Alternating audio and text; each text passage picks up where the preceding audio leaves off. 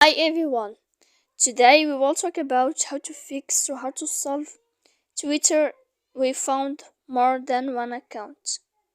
To know how to fix or how to solve Twitter, we found more than one account. You should just go to settings like this. We will click. After that, in this page, we go to apps, default apps, app settings. When you will see this list, you will go down to find the application of Twitter and you will enter. Then in this page you will go to click for stop. Then you will enter to storage. After that, in this page you will click clear cache. Then you will go to click clear data.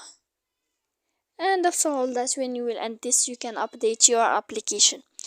So please don't forget to support us by like and subscribe. See you next time in another video, and thank you for watching.